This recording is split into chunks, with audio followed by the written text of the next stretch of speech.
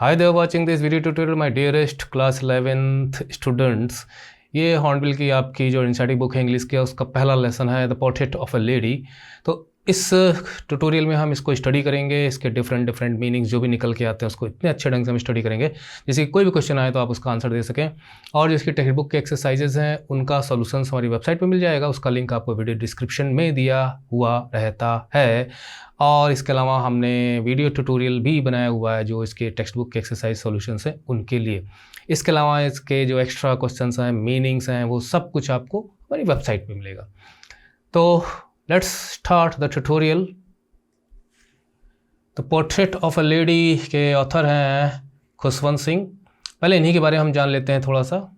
खुशवंत सिंह 1915 से 2014 तक काफ़ी भरपूर जीवन उन्होंने जिया, अराउंड 90 एंड अबव। और वो इंडियन राइटर थे, फेमस राइटर थे, हिस्टोरियंस भी थे, जर्नलिस्ट भी थे। और पंजाब में उनका जन्म हुआ था। और वो ट्रेन टू पाकिस्तान जो उनकी नावल है उसके लिए बहुत जाने जाते हैं। He is known for this novel जो कि पार्टीशन ऑफ इंडिया पर बेस्ड है। इसके अलावा इन्होंने इलस्ट्रेटेड वीकली है, हिंदुस्तान टाइम्स है, द नेशनल हेराल्ड है जिसमें से इलस्ट्रेटेड वीकली वगैरह तब बंद हो गए हैं, और हिंदुस्तान टाइम्स अभी भी आता है, तो उसमें वो लिखा करते थे। इसके अलावा उन्हें लगभग जो भी हाईएस्ट सिविलियन अवार्ड है वो सब मिले हैं, जैसे पद्म भूषण है, पद्म विभूषण है, और पद्म भूषण से पहले पद्मश्री होता था। जब पद्म विभूषण मिल गया तो जान लीजिए आपको कि भारत रत्न के बाद ये सेकेंड सिविलियन हाईएस्ट अवार्ड है। 98 ईयर्स, मतलब बस 2 कम रह गया था कि वो 100 ईयर्स के हो जाते। बाकी आप यहाँ पढ़ सकते हैं। तो खुशवंत सिंह इंडियन राइटर, उनकी एक मतलब अच्छे खासे जाने वाले लेखक थे, खूब खुल के जीते थे, खूब खुल के बोलते थे। कोई टॉपिक ऐसा नहीं है जिस पे वो परहेज करते हो कि इस पर बोलना चाहिए कि नहीं बोलना चाहिए। तो मैं यहाँ तो ज़्यादा डिटेल नहीं दूंगा, आप खुद ही पढ़ सकते हैं इंटरनेट पे ढूंढ के। तो चलिए आगे बढ़ते हैं और हम आते हैं सीधा यहाँ पर टेक्स्ट मैटर पे जो भी दिया गया है। देखिए यहाँ शुरू में दिया गया है कि the thought that was almost revolting an expanse of pure white serenity turning point accepted her seclusion with resignation, a veritable bedlam of chirrupings, frivolous rebukes, the sagging skins of dilapidated drum। तो ये बीच में आएंगे, ये जो भी आपको मिल रहे हैं यहाँ पे फ्रेजेस, और इनको हम वहीं पे डिस्कस करेंगे। लेकिन वेबसाइट पे हमने सबका डिटेल्ड एक्सप्लेनेशन दिया हुआ है, आप जाइए थोड़ा विजिट करिए ना, 100% मार्क्स का टारगेट रखिए। चलिए स्टार्ट करते हैं, और इसमें थोड़ा इंट्रोडक्शन दे दें क्योंकि बहुत ज़्यादा बता देने पे भी फिर वो मज़ा किरकिरा हो जाता है। तो शुरू में इतना बता देंगे, खुशवंत सिंह ने अपनी माँ को लेकर ये पोर्ट्रेट ऑफ ए लेडी, यानी पोर्ट्रेट मतलब जो भी एक तस्वीर होती है जिसमें जनरली कंधे तक का हिस्सा हम दिखाते हैं, तो वो तस्वीर, वो इमेज जो फ्रेम में जड़ी हुई होती है, लेडी यहाँ पर उनकी खुद की माँ है, तो बहुत ही डिवाउट होती हैं और वो हमेशा माला जपती रहती हैं, काफ़ी एज हो चुकी होती है उनकी।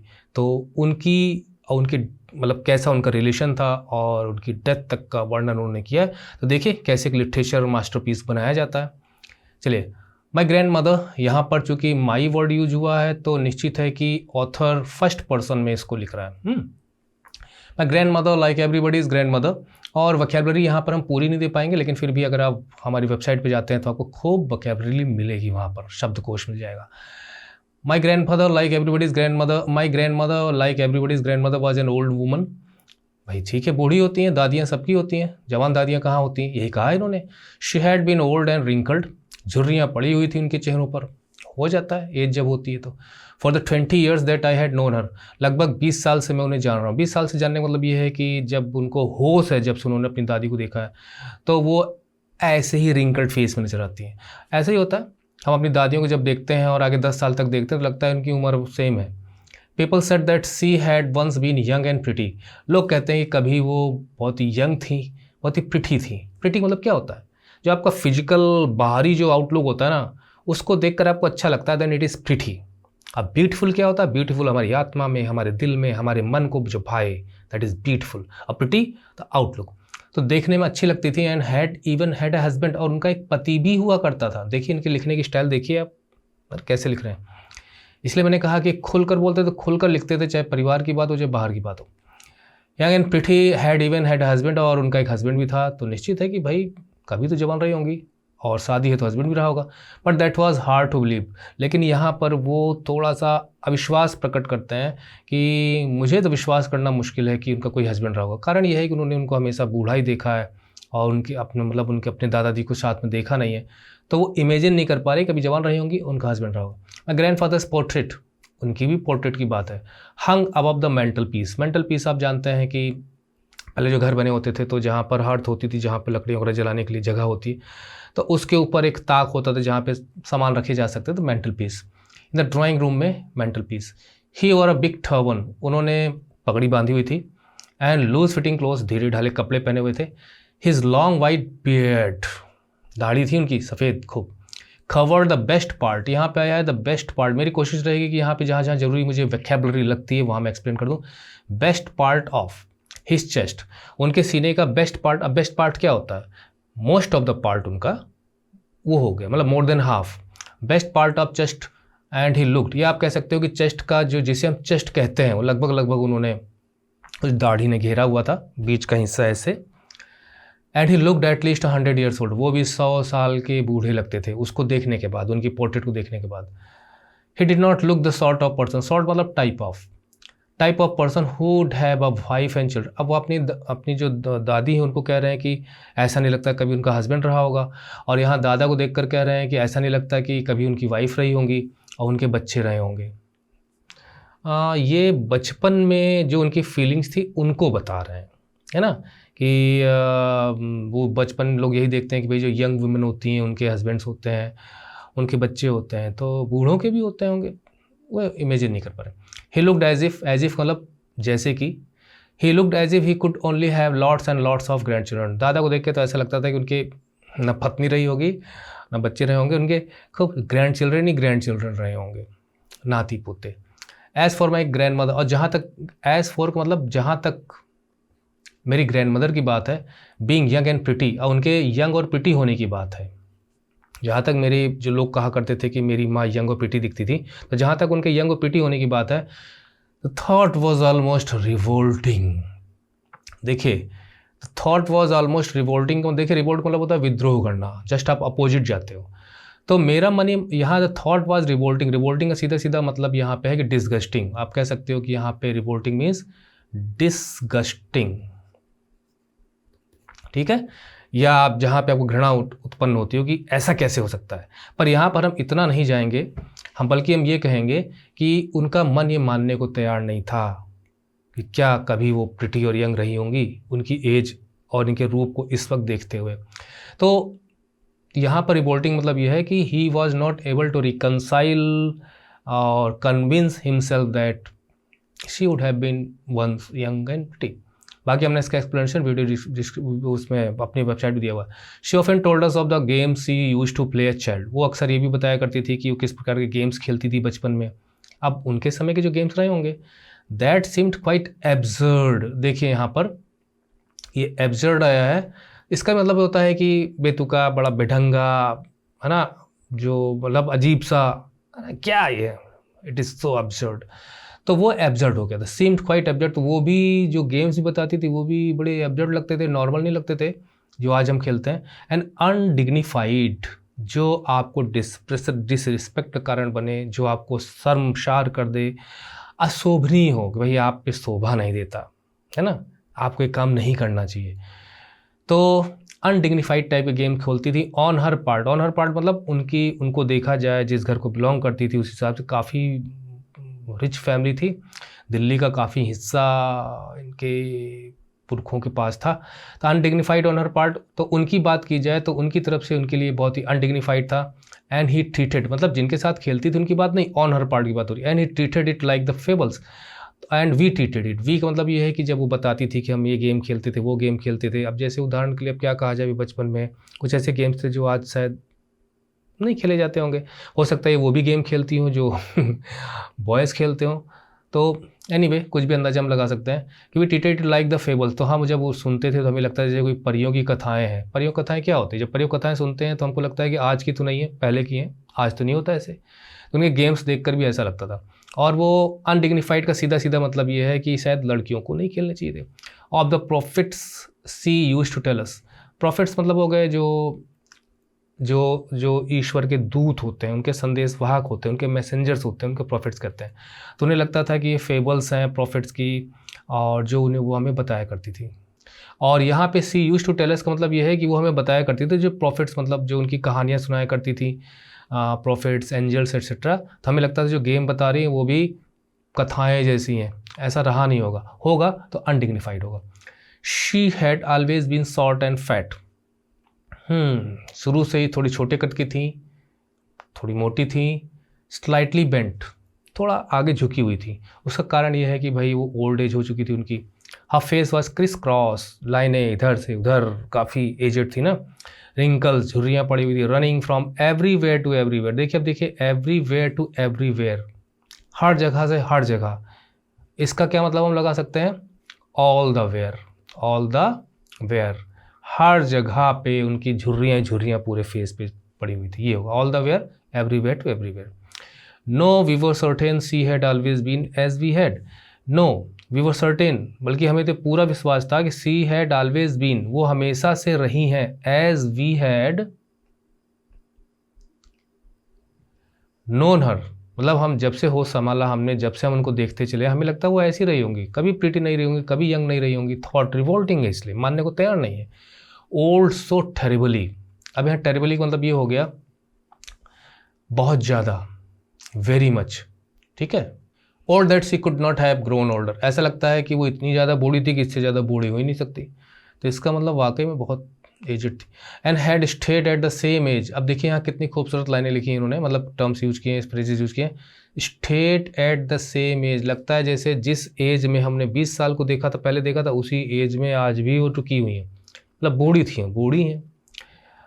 वैसे देखा जाए तो जब एक लेवल आ जाता है ओल्ड एज का, तो काफ़ी लंबे समय तक वो ओल्ड एज टिकी दिखती है, जबकि यंग में हम बहुत जल्दी बढ़ते हुए नज़र आते हैं और फिर धीरे धीरे हमारी उम्र ढलती हुई नज़र आती है। फॉर 20 ईयर्स, 20 सालों से वो उसी उम्र में नज़र आ रही थी, मतलब she look the same at the same age, मतलब she look the same. She could never have been pretty. अब देखिए तीसरी बार वो यूज कर रहे हैं कि प्रिटी तो नहीं रही होंगी ये। हाँ, अगर उनकी कोई पोर्ट्रेट होती प्रिटी की तो लगता कि हमारी दादी ऐसे दिखती थी।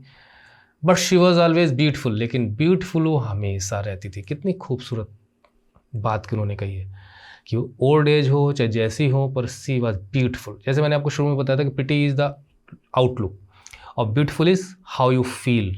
ब्यूटीफुलनेस आपके आइडियाज़ में, आपके थॉट्स में होती है, किसी को लेकर आपकी नज़रों में होती है। Beauty lies in the eyes of the beholder. She hovered, hovered मतलब ये है कि वो चलने में उन्हें थोड़ी प्रॉब्लम होती थी, अटक अटक के, थोड़ा उम्र हो गई थी ना। अबाउट द हाउस, मीनिंग आप देख रहे होंगे, हम दिखा रहे हैं। About the house in spotless, spotless मतलब बेदाग, कोई दाग नहीं, कोई मार्क नहीं, कोई कोई कोई चिन्ह नहीं। वाइट, सफ़ेद रंग की शायद वो साड़ी पहनती थी ना। About the house in spotless white with one hand, अच्छा। She hovered about the house in spotless white. Spotless white का मतलब ये है कि वो जो पहनती रही होंगी जो भी साड़ी या सलवार समीज जो भी, तो वो साफ सुथरा रहता होगा काफ़ी, ठीक है। In spotless white with one hand resting, एक हाथ उनका रेस्टिंग मतलब टिका हुआ होता था। ऑन हर वेस्ट, अपनी कमर पर, तो मतलब जैसे बूढ़े लोग थोड़ा चलते हैं तो कमर में एक हाथ रखा हुआ है, एक हाथ पे छड़ी ली हुई है, टेक के चलना। She was so aged to balance her stoop. Stoop का मतलब होता है झुकाव, जो आपके कंधा की तरफ झुके हुए हैं। तो निहुरना जिसे कहते हैं, निहुर के चलती थी वो, झुक के चलती थी। And other telling the beads, एक हाथ तो उनका वेस्ट पे रहता था, दूसरे हाथ में टेलिंग द बिट्स। देखिए माला होती, माले में जो मोती होते हैं उनको ऐसे करके जपते रहते हैं, तो वो टेलिंग द बीट्स होता है। हर रोजरी, रोजरी वही जप माला, ठीक है। हर सिल्वर लॉक्स, देखिए सिल्वर मतलब चांदी का कलर, लॉक्स का मतलब यहाँ पे है जो बालों की उनकी लट होती थी, हेयर। वह स्कैटर्ड, फैले हुए थे। अनटाइडली मतलब वो ढंग से नहीं अरेंज किए गए थे, बस थोड़े से कोई कोई बाल यहाँ है, कोई बाल वहाँ है, उस टाइप का। ओवर हर पेल पकड़ फेस, क्योंकि एजेड हो गई थी, उतना नहीं मन करता होगा साज श्रृंगार करने का, तो इस वजह से ऐसा होगा। चेहरा, ऑन हर ओवर हर पेल पकड़ फेस, चेहरा पीला पड़ गया था। पकड़ होता है सिकुड़ा हुआ, सिकन आई हुई खूब, ऐसे ऐसे टाइप का। And her lips constantly moved, उनके जो होंठ थे कॉन्स्टेंटली मतलब होता है बराबर लगातार, moved in inaudible prayer, inaudible मतलब जो सुनाई ना दे, प्रेयर माने प्रार्थना। तो अक्सर जो माला जपते हैं वो मुंह हिलाते हुए नजर आते हैं, पर उनकी आवाज़ आपको जल्दी सुनाई नहीं देगी इस टाइप से। या शी वॉज ब्यूटीफुल, अब देखिए दोबारा यूज़ कर, मतलब प्रिटी मानने को राजी नहीं है और ब्यूटीफुल मानने को राजी है, क्योंकि ब्यूटीफुल मतलब सूरत आपकी जो दिख रही है वो उसमें प्रिटी आ जाएगा, लेकिन आपकी सीरत जो आपका स्वभाव है वो आपकी ब्यूटी में गिना जाएगा अगर अच्छा स्वभाव है तो। पकड़ face and her lips constantly moved in inaudible pairs, yes she was beautiful, निश्चित है कि she was beautiful. She was like the winter, अब यहाँ पे ये एक प्रकार से कंपैरिजन कर रहे हैं, सिमली का यूज हुआ है ना यहाँ पे, आप जानते हैं literary device like. She was like the winter landscape, landscape का मतलब जब आप आँख से देखते हो दूर जो फैला हुआ नज़ारा नज़र आता है वो आपका लैंडस्केप है। कैमरे से आप फोटोग्राफी करते हो पहाड़ों की या दूर फैले हुए खेत मैदानों की, जंगलों की, तो लैंडस्केप है, मतलब दूर ज़मीन का फैला हुआ हिस्सा लैंडस्केप। तो ऐसा लगता था जैसे, और विंटर की बात, ठंडी के मौसम में, ठंडी के मौसम में क्या है कि थोड़ा सा शांति रहती है चारों तरफ। Winter landscape in the mountain, ऐसा लगता है जैसे पहाड़ों का जो फैला हुआ दूर का क्षेत्र है ठंडी के मौसम में, वो ऐसी नज़र आती थी। और कैसी नज़र आती थी? An expanse of pure white serenity, देखिए एक्सपेंस माने फैला हुआ, प्योर मतलब एकदम कोई दाग नहीं है, प्योर वाइट, ठीक है। सीरेनिटी, सीरेनिटी मतलब होता है कि काम, शांत चित्त, कोई इमोशन नहीं, कोई हरकत नहीं, एकदम थॉटलेस ऐसे बैठे हुए हैं आनंद की स्थिति में ये। तो सीरेनिटी हो गई शांत चित्तता। ब्रीदिंग पीस, अब पीस को कौन ब्रीथ करता है, बट लिटरेचर है। तो जैसे हवा चलती है और हम सांस लेते हैं, तो उसी प्रकार से ब्रीदिंग पीस का मतलब वहाँ पे हवाओं में चारों तरफ शांति थी।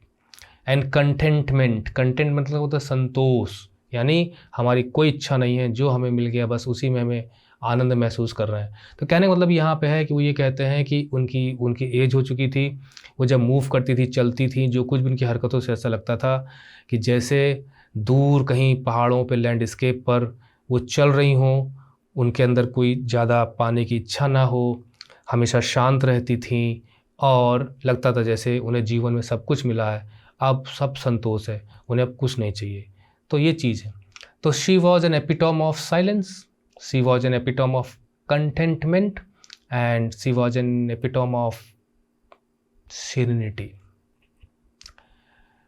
इसका एक्सप्लेनेशन वेबसाइट में मिलेगा। My grand mother and I were good friends, अब देखिए यहाँ पे अपने रिलेशन की बात बताते हैं कि हमारे और मेरे ग्रैंड मदर के बीच में किस प्रकार का संबंध था। हम लोग अच्छे दोस्त की तरह थे। दोस्त तरह के होने का मतलब ये है कि हम अपनी बातों को शेयर करते थे। My parents left me with her when they went to live in city, तो मैं इसको जल्दी जल्दी बता देता हूँ कि जो मेरे पेरेंट्स थे तो उन्होंने मुझे मेरी दादी के पास छोड़ दिया था जब वो शहर में रहने गए थे, एंड वर कॉन्स्टेंटली टुगेदर, और वी वर कॉन्स्टेंटली टुगेदर, और हम लोग तब अपनी दादी के साथ ही थे। She used to wake me up, वो मुझे सुबह जगाती थी in the morning and get me ready for school के लिए रेडी करती थी। She said her morning prayer, सुबह उठ के भी प्रेयर करती थी। इन अ मोनोटोनस, एक जैसा, कोई बदलाव नहीं है, जैसे सुबह रोज होता था वैसे सुबह फिर तो डल हो जाता है, बोरिंग हो जाता है। इन अ मोनोटोनस सिंग सॉन्ग, मतलब वही जो रोज़ भजन गाती थी, जो कुछ करती थी वही सिंग सॉन्ग है ना, गीत गात चलता था, प्रेयर चलती थी। While she bathed and dressed me, जब वो मुझे नहलाती थी, मुझे ड्रेस पहनाती थी, मतलब बहुत छोटा रहा होगा वो, तो वही सिंग सॉन्ग करती रहती थी इन द होप, इस आशा में that I would listen and get to know it by heart, कि शायद मैं बोल रही हूँ, उसको नहला रही हूँ, सब कुछ कर रही हूँ, तो वो भी याद कर लेगा और दिल में, इट बाय हार्ट मतलब होता है कि उसे याद हो जाएगा अच्छे ढंग से, या वो ध्यान से सुनेगा। आई लिसन, मैं सुनता तो था, because I loved her voice, क्योंकि मुझे वॉइस बहुत अच्छी लगती थी। And get to know it but never bothered माने परेशान होना, चिंतित होना, और मतलब परवाह करना, but never bother to learn, लेकिन कभी उसको सीखने की कोशिश मैंने नहीं की, याद करने की कोशिश मैंने नहीं की। देन शी वुड फेच माने लाना, माई वुडन स्लेट, फिर मुझे लकड़ी वाला स्लेट लेके आती थी, उस समय स्लेट वगैरह चलती थी, which she had already washed and plastered, जिसको उन्होंने साफ़ किया हुआ था, उसके ऊपर एक लेप लगा देना, प्लास्टर्ड मतलब उसके ऊपर हम लोगों ने भी यूज़ किया हुआ है ना, कालिख पोत देना एकदम इस टाइप से। प्लास्टर विद येलो चाक, अलग उन्होंने उसको येलो चाक से प्लास्टर किया हुआ था। A tiny earthen ink pot, एक मिट्टी का, अर्दन मतलब मिट्टी का बना हुआ इंक पॉट, पहले इंक यूज होती थी जिसके अंदर इंक भरी जाती थी। एंड अ रेड पेन, और साथ में एक red pen. Red pen use करते थे। Tie them all in a bundle, तो वो उसको सबको एक बंडल में बांध देती हैं and hand it to me, या फिर मुझे पकड़ा देती हैं कि जाओ स्कूल जाओ। After a breakfast of a thick stale chapati, मोटी सी बासी चपाती, जिसे कलेवा कहते हैं, गांव देहात में होता है। सवेरे सवेरे जो है ना खाना तुरंत नहीं बन पाता, अभी चूल्हा जलाना सब कुछ करना, तो बासी रोटी वो कलेवा, वही stale chapati with little butter, उसके पास मक्खन लगा देना, शुगर उसके ऊपर फैला देना। वी वेंट टू स्कूल, हम लोग स्कूल जाते थे, मतलब वो भी साथ जाती थी इसका मतलब। शी कैरिड सेवरल स्टेल चपाती, तो कई बासी चपातियों को, रोटियों को अपने साथ लेके जाती थी। फॉर द विलेज डॉग्स, क्योंकि गाँव में रास्ते में जो डॉग्स मिलते थे उनको देती थी। My grand mother always went to school with me because school was attached to the temple, क्योंकि स्कूल जो है वो टेम्पल से जुड़ा हुआ था और वो भक्तिन तो थी ही, तो मेरे साथ जाती थी। The priest taught us the alphabet, oh मतलब वो स्कूल एक प्रकार से मंदिर में बना हुआ था, मंदिर के अहाते में था। पहले ऐसे होता था, पहले ऐसे होता था, भी बहुत ज़्यादा एक्सप्लेन करेंगे तो दिक्कत आएगी। पहले मंदिर भी, उनका जो प्रांगण होता था वो पाठशाला का भी काम करता था। The priest taught the alphabet, वो हमें अल्फ़ाबेट सिखाते थे। इन द मॉर्निंग प्रेयर में अल्फ़ाबेट सिखाते थे। While the children sat in rows, और जो बच्चे हैं वो पंक्तियों में इधर उधर बैठे रहते थे बरामदा में दोनों तरफ। Singing the alphabet for the prayer in a core, तो वो प्रार्थना के समय अल्फ़ाबेट सीखा करते थे। कोरस का मतलब एक साथ जब कई लोग गाते हैं तो कोरस बन जाता है।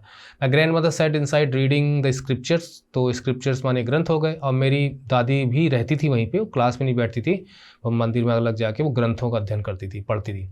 When we had both finish, जब हम दोनों अपना काम कर लेते थे, मतलब मेरा स्कूल ख़त्म हो गया, वो स्क्रिप्चर्स भी उनका मतलब स्टडी कर लिया, we would walk back together, फिर हम साथ ही आते थे, मतलब दादी साथ रहती थी। This time the village dogs would meet us, फिर हमें वो विलेज डॉग्स मिलेंगे at the temple door, temple के डोर पे मिलते थे। कुत्तों को कुछ दीजिए तो फिर वो पहचान जाते हैं, फिर पीछे पड़ते हैं। They followed us to our home, फिर वो हमारे घर तक चले जाते थे। ग्राउलिंग एंड फाइटिंग, गुर्राते हुए, लड़ते हुए, विद ईच अदर, आपस में। फॉर द चपातीज भी थ्रू देम, क्योंकि जो हम चपाती उनके फेंकते थे तो उसके लिए लड़ते उड़ते थे। पर माई पेरेंट्स और comfortably settled in the city, मेरे पेरेंट्स जो शहर गए थे, जब वो सेटल्ड हो गए, मतलब वहाँ एक प्रकार से वो बस गए, उन्होंने अपनी व्यवस्था कर ली रहने होने की। दे सेंट फॉर अस, देखिए सेंट फॉर जो है ना ये फ्रेज है, सेंड फॉर से बना हुआ है। किससे बना हुआ है? ये बना है सेंड फॉर, ठीक है, तो बुलवाना, सेंड फॉर मतलब बुलवाना। तो send for us, that was a turning point. देखिए टर्निंग पॉइंट जो है ना वो ऐसा समय होता है, हाँ टर्निंग पॉइंट एक ऐसा समय होता है जो आपके जीवन में बदलाव लाने का समय, मतलब कोई ऐसी घटना, कोई ऐसी बात जो आपका जीवन बदल दे, वही है टर्निंग पॉइंट। मतलब एक crucial moment, period, time, incident, that was a turning point in our friendship. और जब उन्होंने हमें बुलवाया, मुझे बुलवाया शहर में, अब ये गांव की पाठशाला वगैरह में पढ़ रहा है, वो हमारी दोस्ती का टर्निंग पॉइंट था। मतलब it brought change in our friendship. किसके साथ? दादी के साथ। Although we share the same room, हालांकि हम लोग एक ही रूम में रहते थे। My grand mother no longer came to school with me, लेकिन मतलब दादी भी शायद गई साथ में, ठीक है, दादी भी साथ में गई और हम लोग एक ही रूम में रहते थे, मतलब मैं दादी के साथ रहता था। लेकिन अब मेरी दादी स्कूल नहीं जाती थी क्योंकि अब शहर का स्कूल है। I used to go to school in a motor bus, मैं मोटर बस में स्कूल जाता। देयर वर नो डॉग्स, रास्ते में कुत्ते भी नहीं मिलते थे। In the streets and she took to feeding sparrows, तो उन्हें जो आदत पड़ी हुई थी, उन्होंने स्पैरोज को, फिर जो गौरैया होती है चीची चीची बोलती रहती है, उनको फिर उन्होंने दाने वगैरह डालना, फीड माने खिलाना होता, फीड माने क्या होता है? खिलाना। तो फिर वो उनको खिलाकर अपनी उस शांति करती थी अपने मन को कि उस वहाँ कुत्ते थे तो कोई बात नहीं, यहाँ चिड़ियाँ हैं। इन द कोर्ट यार्ड, जो हमारा जो कोर्ट यार्ड था, अहाता था घर के आसपास, और हमारा सिटी हाउस था, तो वहाँ पर, तो यहाँ पे देखिए बदलाव आ गया। अब वो स्कूल नहीं जाती हैं और डॉग्स की जगह वो गौरैया चिड़िया वगैरह को दाने डालती हैं। As the years rolled by, लुढ़कते लुढ़कते एनीवे ईयर्स रोल्ड बाई मतलब ईयर्स पास्ड बाई, धीरे धीरे we saw less of each other, फिर हम दोनों की मुलाकात कम होने लगी, ठीक है। सॉ मतलब यहाँ मीट करना। For some time she continue to wake me up, for some time मतलब कुछ समय तक, she continue to wake me up, मुझे वो सुबह जगाती रहती थी। And get me ready for school, मुझे स्कूल के लिए रेडी भी किया करती थी। मैंने केम बैक, जब मैं स्कूल से वापस लौटता था, she would ask me what the teacher had, कि फिर वो पूछती थी टीचर ने क्या पढ़ाया। आई वुड टेल हर, मतलब देखिए अब थोड़ी सी दादी और उनके पोते के बीच में दूरियां बढ़ रही हैं। I would tell her English words, मैं उन्हें इंग्लिश वर्ड्स बताता था, and little things of western science, क्योंकि भाई वो जो उस समय अंग्रेज़ों का शासन था और इंग्लिश मीडियम स्कूल में पढ़ने जाते थे खुशवंत सिंह, तो वेस्टर्न साइंस वगैरह पढ़ाई जाती थी, है ना, मतलब साइंस वगैरह में विज्ञान। और ये बहुत ही डिवाउट लेडी थी, तो जो कुछ सीखते थे बताते थे। द लॉ ऑफ ग्रेविटी के बारे में, आर्किमिडीज प्रिंसिपल के बारे में, द वर्ल्ड बीइंग अराउंड की दुनिया गोल है। दिस मेड हर अनहैप्पी, वो इससे वो नाखुश होती थी, क्योंकि जो मजहबी लोग होते हैं, धार्मिक लोग होते हैं, ग्रंथों में जो लिख गया बस उसी को मानना है ना। तो वो उन्हें लगता है इसे चैलेंज है, कोई उन्हें चिढ़ा रहा हो अगर इस तरह की बातें कर रहा हो तो। She could not help me with my lesson.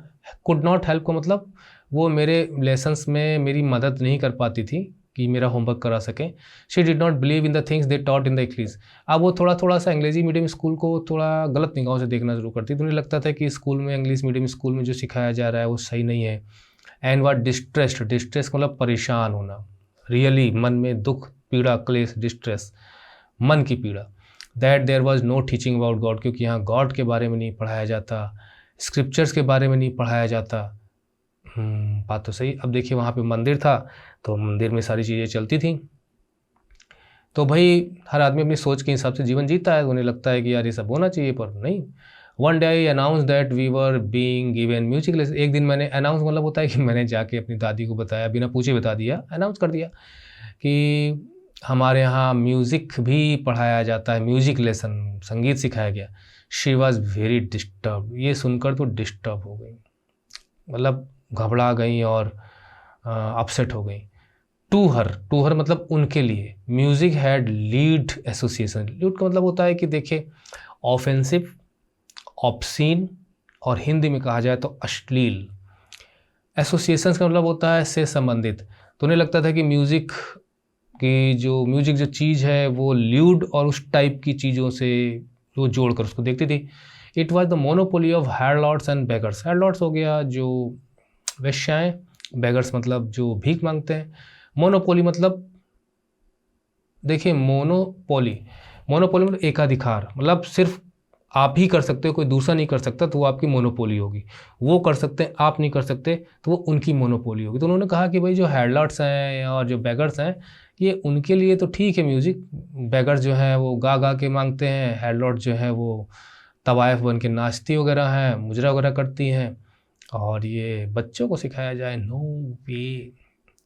आपने पढ़ा होगा किस प्रकार से, या सुना होगा कि इंटरव्यू वगैरह में कि जो आज के पुराने कलाकार हैं बहुत समय के, तो वहाँ पर फिल्मों में काम करना कितना ख़राब माना जाता था, और आज फिल्मों में काम करने के लिए तरसते हैं लोग। And beggars and meant for gentle folk मतलब कुलीन लोग, अच्छे संभ्रांत परिवार के, जैसे आप लोग हैं। तो उन्होंने कहा कि was not meant for gentle folk के लिए नहीं है, हम लोग जेंटल फॉक हैं। फॉक मतलब लोग। She said nothing but her silence meant disapproval. Disapproval मतलब होता है नापसंदगी, आई डोंट लाइक। तो वो चुप रह जाती थी या नहीं बोलती थी, तो इसका मतलब था कि उन्हें पसंद नहीं है ये। शी रेयरली मतलब कभी कभार ही। She rarely talk to me after that.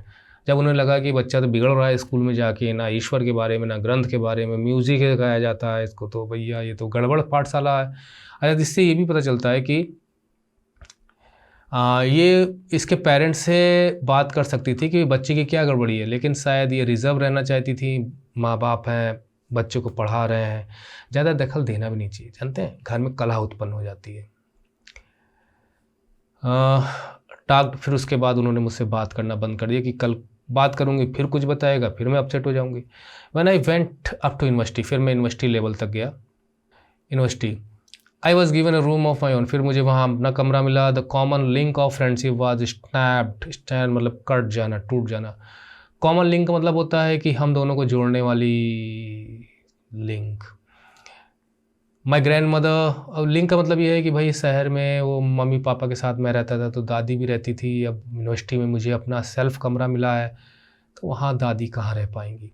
My grand mother accepted her seclusion with resignation. यहाँ तो हम थोड़ा थोड़ा बता रहे हैं, डिटेल में आपको वेबसाइट मिलेगा। देखिए, सिक्लूजन का मतलब होता है कि to avoid contact with the people, अलग थलग लोगों के बीच में रहना अच्छा ना लगता हो, या वहाँ से दूरी बना के आप रह रहे हैं, अकेलापन आपको अच्छा लगता है, सिक्लूजन।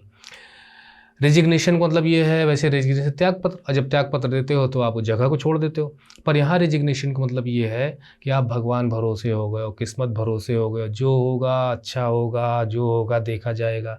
ऐसा तब होता है जब आप ये मान लेते हो कि भाई जो सिचुएशंस हैं वो मेरे कंट्रोल में नहीं है, डिफ़िकल्ट सिचुएशन है, कुछ भी है, अब इसी में मुझे काम चलाना पड़ेगा, तो क्यों संघर्ष करना, जो हो रहा है होने दो भैया, ठीक है। तो उन्होंने सब कुछ भगवान भरोसे छोड़कर, किस्मत भरोसे छोड़कर कि जो होगा अब जैसे होगा उसी में रहना है।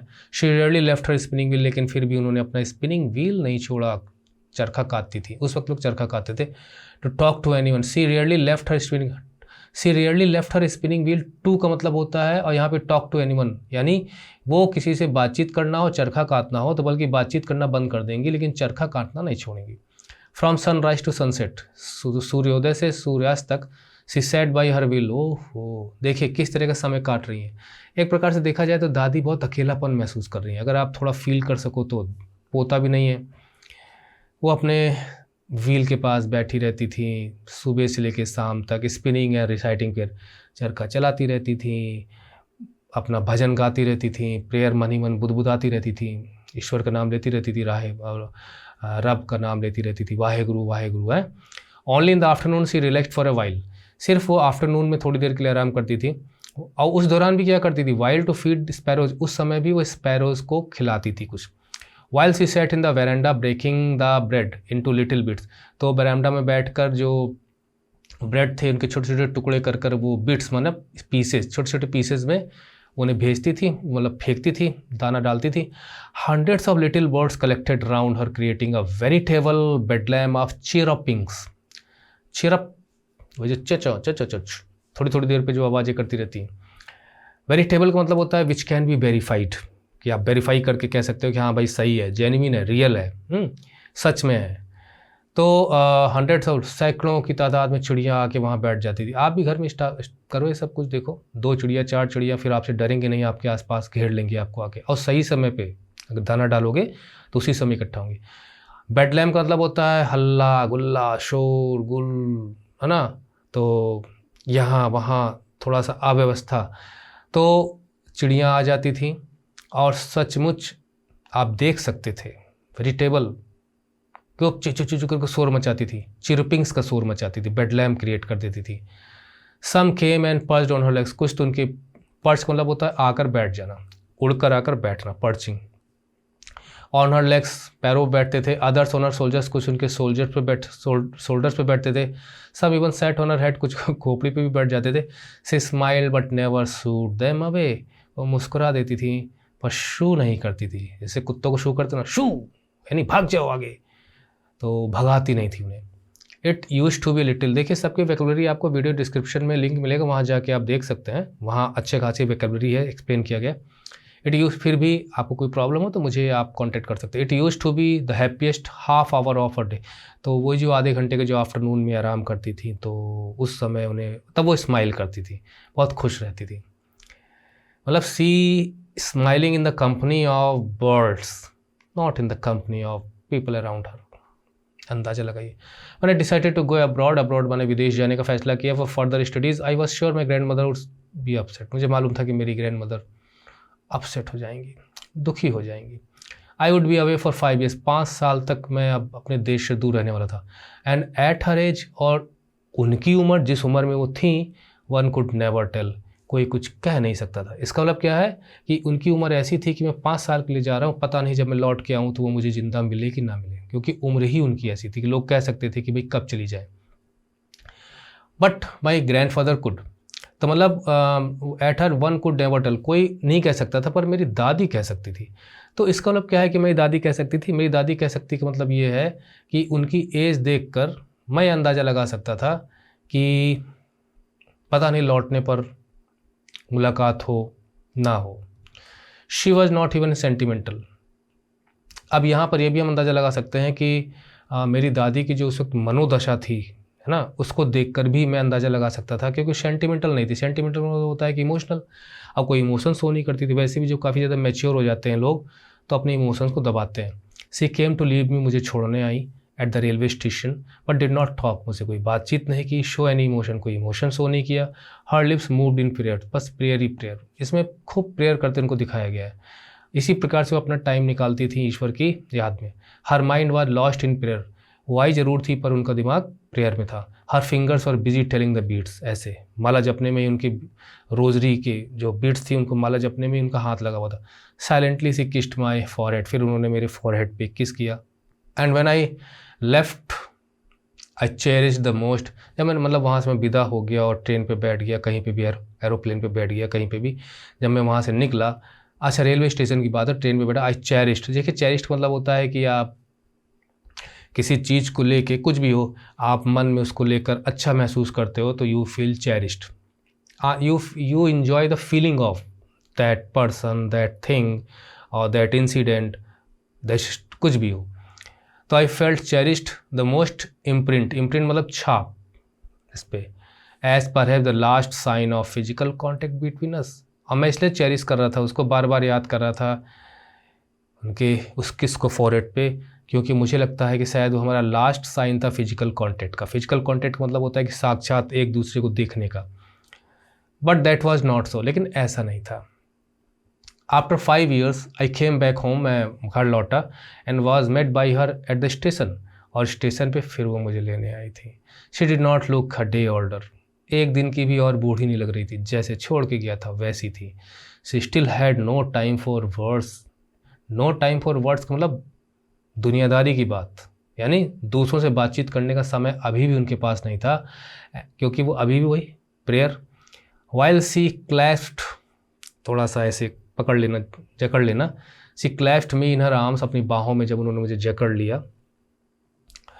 I could hear her reciting her prayers, तो भी वो अपनी आवाज़ उनकी आ रही थी, मतलब थोड़ा सा वो आधे होश में रहती थी दुनिया के लिए और आधा होश उन्होंने ईश्वर की प्रेयर को दिया हुआ था। Even on the first day of my arrival, मतलब आने का मेरा जो पहला दिन था घर पर, हर हैप्पीएस्ट मोमेंट्स वर, उनके जो सबसे ज़्यादा खुशी के क्षण थे वो कौन थे? हर स्पैरोज़, वही जब चिड़िया आती थी उनको दाना खिलाती थी तभी वो सब ज़्यादा खुशी महसूस करती थी।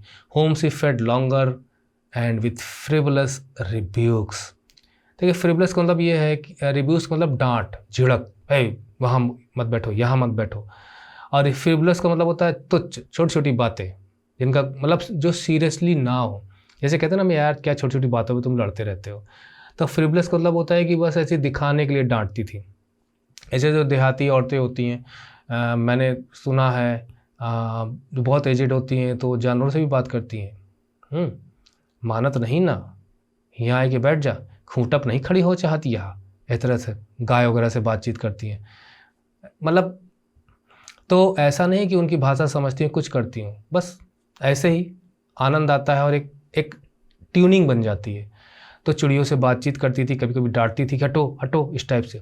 In the evening a change came over हर, लेकिन शाम तक, पहले दिन की बात है, कुछ बदलाव देखने को मिला। ओवर हर का मतलब उनकी तबीयत के साथ, उनके शरीर के साथ। सी डिड नॉट प्रे, वो प्रे नहीं कर रही थी, जो कि आश्चर्य की बात थी। She collected the women of the neighbourhood, उन्होंने बल्कि आसपास की औरतों को इकट्ठा किया। गोट एन ओल्ड ड्रम, एक ड्रम ले आई जिसको बजाया जाता है। एंड स्टार्टेड टू सिंग, और गाना शुरू कर दिया। For several hours she thumped, काफ़ी कई घंटे तक सी थम्ड मतलब ऐसे थाप देना इस टाइप से। सैगिंग मीनिंग बताते हैं आपको हम सैगिंग का। Sagging skins of dilapidated drum, dilapidated मतलब होता है कि बहुत पुराना धुराना डैमेज। सैगिंग मतलब होता है कि जो यहाँ पे जो ढोल थी, ढोल का जो ड्रम का जो पार्ट काफ़ी तना हुआ रहता है, इस पर थाप मारते हैं, तो उसमें सैगिंग हो गई थी, मतलब वो थोड़ा सा ढीला हो गया था और एक तरफ को झूल रहा था, धब धब ढम ढम की वजह धब धब। तो सैगिंग मतलब वो झोल उत्पन्न हो गया था उसके अंदर, ढीला हो गया था बीच में। And सैंग of the home coming of warriors, और बल्कि वो जो गाना गा रही थी उस गाने का जो थीम था कि जैसे बहादुर लोग युद्ध भूमि से लड़कर आते हैं, घर को वापस लौटते हैं, तो उस टाइप से। शहीद, we had to persuade her to stop to avoid over straining, बल्कि हमें बोलना पड़ा कि रुक जाओ, क्योंकि इससे शरीर में ओवर स्ट्रेन आ सकता था। तो ये जो चीज़ बदलाव देखने को मिला कि उन्होंने प्रेयर छोड़ के बल्कि ये वो काम कर रही थी। अब निश्चित है कि उनके ऊपर होश में कुछ कमी आ गई होगी। ऐसा इसलिए वो कर रही थी, ऐसा कोई सीरियसली लेने की ज़रूरत नहीं है कि यहाँ पे वॉरियर्स और उनके लिए सिंगिंग को हम लेकर कोई नया वो निकाल सकें, लेकिन फिर भी उनके मन में कोई याद ताज़ा हो गई होगी या वो उनका सम्मान करना चाहती होंगी, है ना, कुछ भी हो। We had to persuade her to stop to overstraining, कि ज़्यादा तनाव ना दें अपने आप को। That was the first time since I had known her that she did not pray. पहला समय था जब जीवन में मैंने देखा कि उन्होंने प्रे नहीं किया, बल्कि प्रे नहीं भी कर रही हैं तो वो किसी देवता से कम नहीं होते जो युद्ध की भूमि में हमारे देश की रक्षा करते हैं, उनका सम्मान कर रही हैं। The next morning she was taken ill, दूसरी सुबह बीमार हो गई। It was a mild fever, हल्का बुखार था, माइल्ड मतलब नॉट सीरियस, हल्का बुखार था।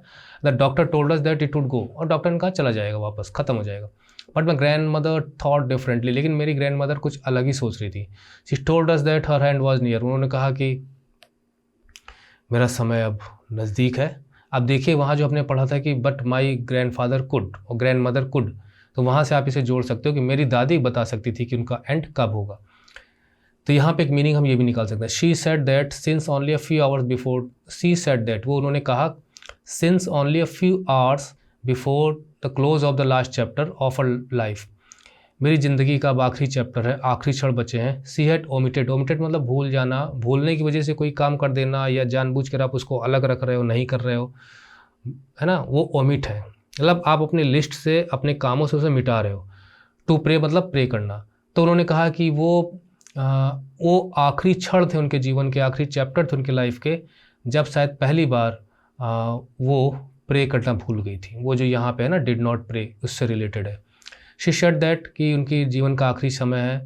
अ few hours before the close of the last chapter of life she had committed to pray, she was not going to waste any more time talking to us. तो चूँकि वो various के लिए sing song वगैरह कर रही थी, उस समय उन्होंने प्रे नहीं किया था, तो अब उसकी भरपाई करना चाहती थी, किसी से बात नहीं करना चाहती थी। She was not going to waste any more time talking to us, we protested, हम लोगों ने बल्कि विरोध भी किया कि ज़्यादा परेशान मत हो, but she ignored and our protest, लेकिन उन्होंने हमारी बात को नहीं माना, हमारे प्रोटेस्ट को जो हम कहते थे कि ना करो उसको नहीं माना। She lay peacefully in bed, वो बेड में लेटी हुई थी, praying and telling her beads, प्रार्थना कर रही थी और माला जप रही थी। Even before we could suspect, हम इसके पहले कोई शक कर पाते कि शायद अब मतलब प्राण निकलने वाले हैं। हर लिप्स स्टॉप्ड मूविंग, उनके होंठ मूव करना बंद कर देते हैं। And the rosary fell from her lifeless fingers, देखिए कितना कैसे बड़ा इमोशनल बना दिया इन्होंने लिख के। लाइफलेस फिंगर्स, जिन फिंगर्स में जान नहीं है, उनसे जो माला थी वो फिसल के गिर गई। A peaceful pallor spread on her face, उनके चेहरे पर पीलापन छा गया। And we knew that she was dead, और हमें पता चल गया कि वो अब नहीं है। We lifted her off the bed, हमने बेड से उठाया। एंड इस कस्टमरी, कस्टमरी का मतलब होता है कि जो भी हमारे रीति रिवाज के तहत जो हमें करना होता है, जो हमारी परंपरा है, दैट इज़ कॉल्ड कस्टमरी। कोई किसी भी चीज़ की कस्टमरी एक्टिविटी हो सकती है वो ना, कोई कार्यक्रम करते हैं, कोई सांस्कृतिक कार्यक्रम करते हैं, तो देखिए सरस्वती माँ का माल्यार्पण वगैरह होता है ना, तो ऐसी सबका एक कस्टमरी एक्टिविटीज़ होती हैं। लेड हर मतलब उनको लिटा दिया on the ground and covered her with a red shroud, shroud माने वही होता है कफन, उड़ा दिया। After a few hours of morning, morning मतलब रोना पीटना, मतलब विलाप करना।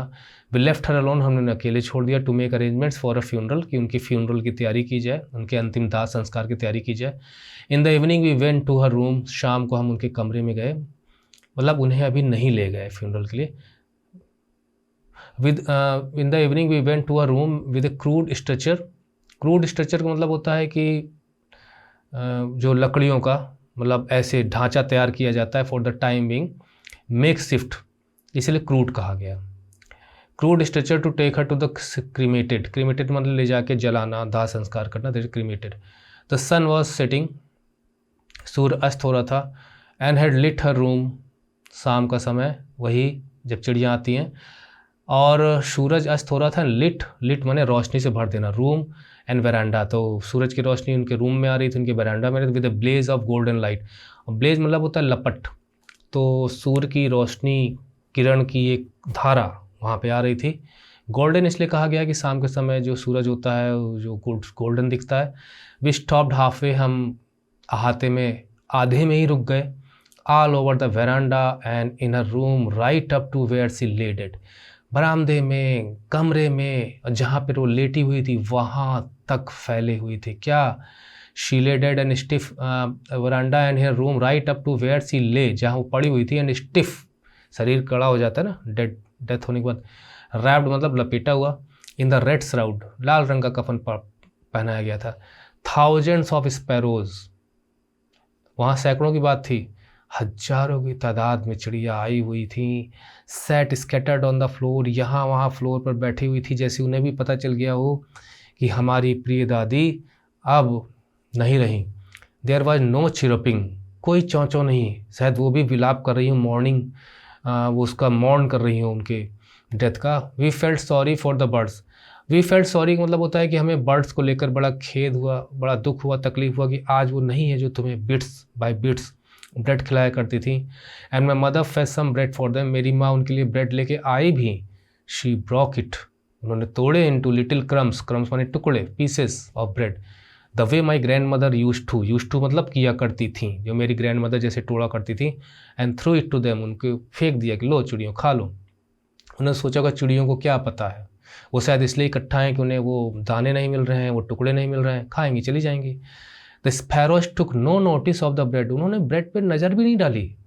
Van we carried my grandmother's corpse off, जब उनके शव को लेकर हम जा रहे थे, वही जो क्रूड स्ट्रेचर था, बांस की बनी हुई जो तख्ती होती है, दे फ्लू अवे क्वाइटली, वहाँ से उड़ गई। Next morning the sweeper swept the bread crumbs into the dustbin. Oh, उनके जाने के बाद चिड़िया उड़ गई, गौरैया सब उड़ गई, छोटी छोटी चिड़िया होती हैं, लेकिन एक भी उन्होंने टुकड़ा नहीं खाया। आप इससे अंदाज़ा लगा सकते हैं कि लास्ट लाइन यहीं पे ले जाकर उन्होंने